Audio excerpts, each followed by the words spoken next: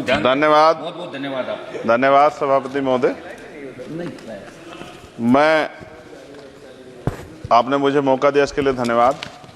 मैं अपने व्यक्तिगत जीवन में, मेरे आज भी याद है, मेरी माँ ने एक बार मुझसे कहा कि मेरे मामा बहुत गौरवशाली हैं कि उनकी बिटिया ने उनको प्लेन का सफ़र करा दिया। क्योंकि हम गांव से आते हैं, किसान परिवार से हैं, तो हर चीज़ की हमारे लिए अहमियत है। मैंने भी ये तय किया था कि मैं अपनी सैलरी से अपनी माँ को एक बार हवाई जहाज का सफ़र जरूर कराऊंगा। अब हालात ऐसी हैं, आप बेहतर जानते हैं, हमने देश भी जानता है, सब लोग जानते हैं कि गरीब आदमी हवाई जहाज में सफ़र नहीं कर सकता। प्रधानमंत्री जी तो कहा था बहुत दिन पहले कि चप्पल वाला जो है हवाई जहाज में सफ़र करेगा, लेकिन आज हालात ऐसे, किराया भाड़ा इतना बढ़ गया है, जो नीतियां हैं उसकी वजह से, कि गरीब आदमी सफ़र नहीं कर सकता है। गरीब आदमी तो ट्रेन में एसी के डब्बे में सफ़र नहीं कर सकता, इस तरह की हालात।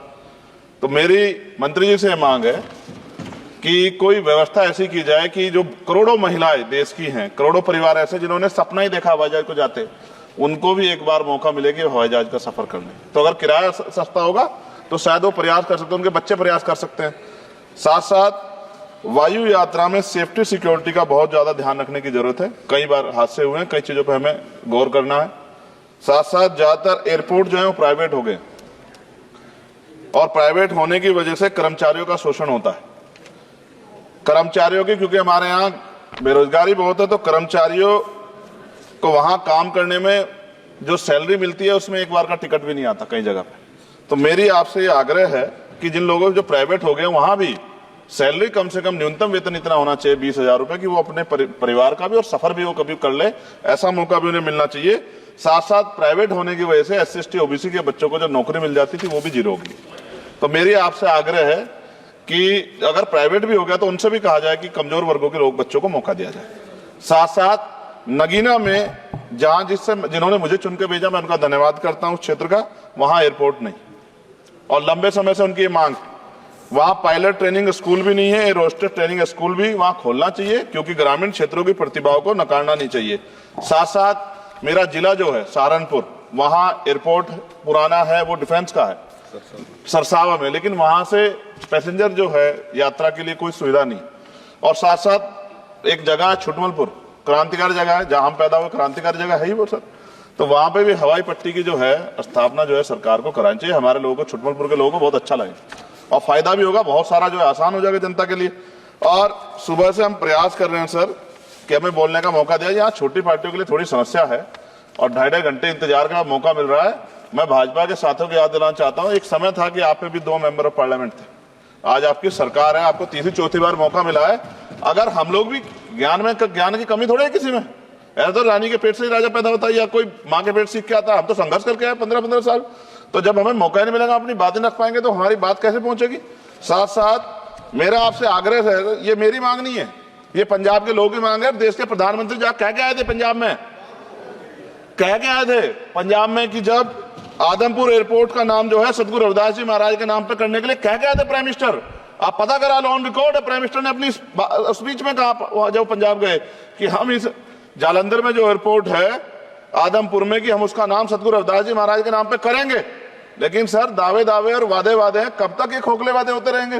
देश के प्रधानमंत्री की बात का कोई सम्मान होना चाहिए। क्या सरकार, ये मंत्री जी नहीं सुनना चाहते, या फिर उन्होंने झूठा वादा कर लिया, इन पे भी ध्यान देना चाहिए।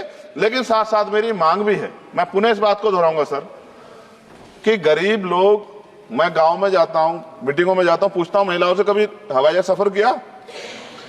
मैं लाखों लोगों से मिल चुका, आज तक गरीबों ने हाथ नहीं उठाया सर कि उन्होंने हवाई जहाज का सफर किया, हेलीकॉप्टर का भी नहीं किया है। क्योंकि सर इस देश में आर्थिक गैर बराबरी बहुत बड़े पैमाने पे है।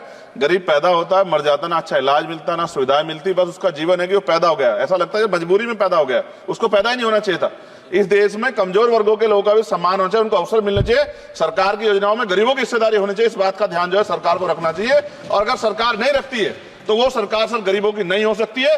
नौजवान जो है मंत्री सरकार ने दिए हैं, और मुझे उम्मीद है कि एक नौजवान दूसरे नौजवान के दर्द को और गरीबों के दर्द को और ग्रामीण क्षेत्रों के दर्द को समझेगा। और मुझे भरोसा है आपके ऊपर, आपकी शैली के ऊपर, क्योंकि पिछली बार भी विषय उठा था। हम जाते हैं सब लोग कि आप इस बात को इस बार सफल करने में कामयाब हो जाएंगे। मेरी मंगल कामनाएं भी है कि कोई गरीब परिवार आपको प्रार्थना करे, दुआएं करे कि आपने उनको ये मौका दिया। वरना आदमी पैदा होता है भारत में और गरीबी में मर जा, हजारों साल चला। अब भी आजादी के 75 साल बाद भी अगर ये नहीं हो पा रहा है तो इस पे हमें गौर करना चाहिए कि क्यों नहीं हो पा रहा। कई सीनियर साथी हमारे यहाँ हैं, मैंने उनको प्लेन चलाते हुए देखा, मेंबर ऑफ पार्लियामेंट होते भी। मेरा विश्वास है कि अगर इधर से भी और इधर से भी सब लोग जनता के विषय में सोचेंगे तो जनता की जिंदगी आसान होगी, जो कि अभी नजर नहीं आती। और मैं फिर आपसे आग्रह करूंगा, आप चेक कराइए, SC ST OBC के बच्चों को वैसे ही नौकरी नहीं मिल रही है, और जब ये पूरा सेक्टर प्राइवेट हो जाएगा तो क्या रिजर्वेशन करेंगे हम लोग? क्या फायदा रिजर्वेशन का? जब SC ST OBC के बच्चों क्या रिजर्वेशन का फायदा? गाली तो खाते हैं इस नाम पे, लेकिन रिजर्वेशन ही कहां मिलेगा जब सब प्राइवेट हो जाए? प्राइवेट वाले कहां दे रहे हैं? तो उनको कहिए कि प्राइवेट सेक्टर में मैं विधेयक लेके आया, निजी विधेयक, कि प्राइवेट सेक्टर में SC ST OBC के बच्चों को मौका मिलना चाहिए। सुप्रीम कोर्ट का एक ऑर्डर, चर्चा हुई इसमें कि भाई क्रिमिलेयर होगी। कितने अरबपति बने आप लोग? कितने लोगों पे हवाई जहाज बताइए? SC ST के लोगों पे कितने लोगों पे हेलीकॉप्टर बताइए? आप कुछ नहीं है आपके पास आंकड़े। सब लोग मिलकर गरीबों को चलना चाहते हैं, ये गलत है सर। मैं आपका धन्यवाद करूंगा पुणे सर, और क्योंकि हम ही कोरम पूरा करते हैं सर, देख लीजिए आप, हम ही बैठे कोरम पूरा करते हैं। हमें विश्वास है अपने देश की पार्लियामेंट पे कि आज नहीं तो कल इस पार्लियामेंट से गरीबों के लिए कानून बनेंगे और गरीबों के लिए पॉलिसियां बनेंगी और गरीबों को भी सम्मान का जीवन मिलेगा, ऐसा हमें विश्वास है। मैं आपका धन्यवाद करता हूं और मुझे उम्मीद है नौजवान हमारे मंत्री से कि वो गरीबों की बात को सुनेंगे और हम लोगों की पीड़ा को समझेंगे और हमारे क्षेत्रों में काम कराने का। धन्यवाद।